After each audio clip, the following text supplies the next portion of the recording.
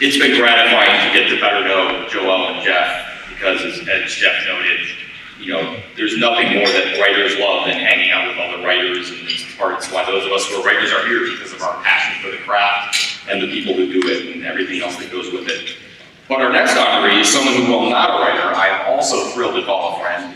Better known to all of us as Chuck from Florida State, or for some of the older among us, as Chuck from Maryland.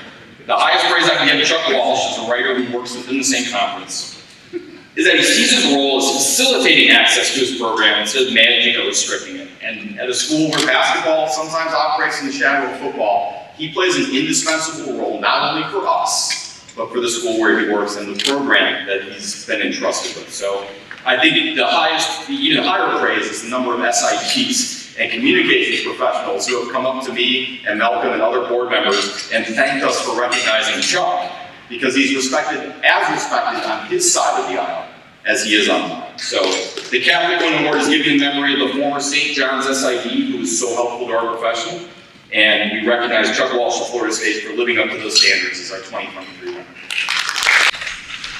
Hi everybody, thanks for allowing me to be here today. I'd first like to begin by recognizing a couple of people here who are very important to me. Firstly, my wife Nancy. Also, our Deputy Director of Athletics, Janine Lowell, she's here from Florida State University. And I would be remiss in not mentioning Leonard Hamilton, the head coach of Florida State. I thank him for being here. He's a person that I learn from every single day.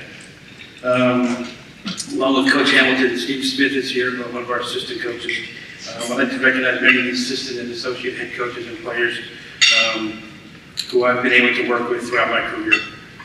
I'd also, as Luke said, I'd like to thank Florida State University and the University of Maryland, where I went to school. The University of Maryland gave me a chance to be an SID way back when, and those two institutions have given me much more than I will ever be able to return to them. When the journalists in this room decide that they want to speak to one of our players and they ask me a bit about what that player might be like, my answer is very, very easy. It's very easy because of the program that Leonard Hamilton has built at Florida State. The caliber and quality of the students he has handpicked to be Seminoles is extraordinary. And when I think about those players, I think about how they were raised right. And I can proudly say that each one of our players at Florida State was raised right.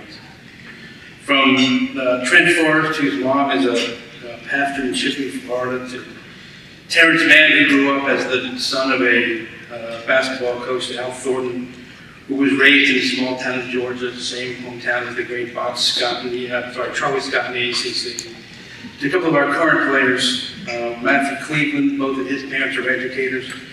Chandler Jackson, his grandfather was a minister. So when Coach Hamilton picks those players, they've been raised not to just excel on the basketball court, but in the game of life. I too am very fortunate to have been raised right. Personally, by the two most important women in my life, my wife and my mom. And professionally, I was raised right by many of the people in this room. From Dick Weiss, to the late great Jim O'Connell,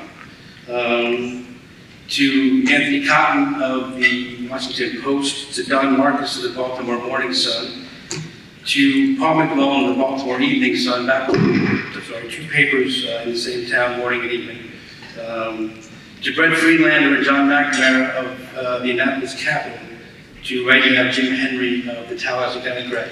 I've been taught by the best in the business. So I could go on and talk about the friendships that I so dearly value, but I know there's a game tonight, so I better just finish up here.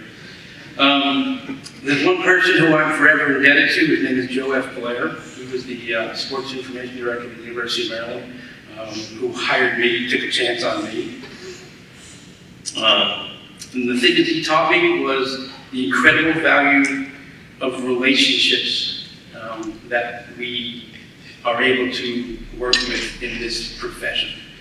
I'm here in large part because of I had the extraordinary luck and the opportunities to soak up all Joe's wisdom and knowledge while being raised by him in the shadows of Cole Fieldhouse some 40 years ago. So I'm honored to receive the Katha Quinn Award. I never had a chance to meet Katha.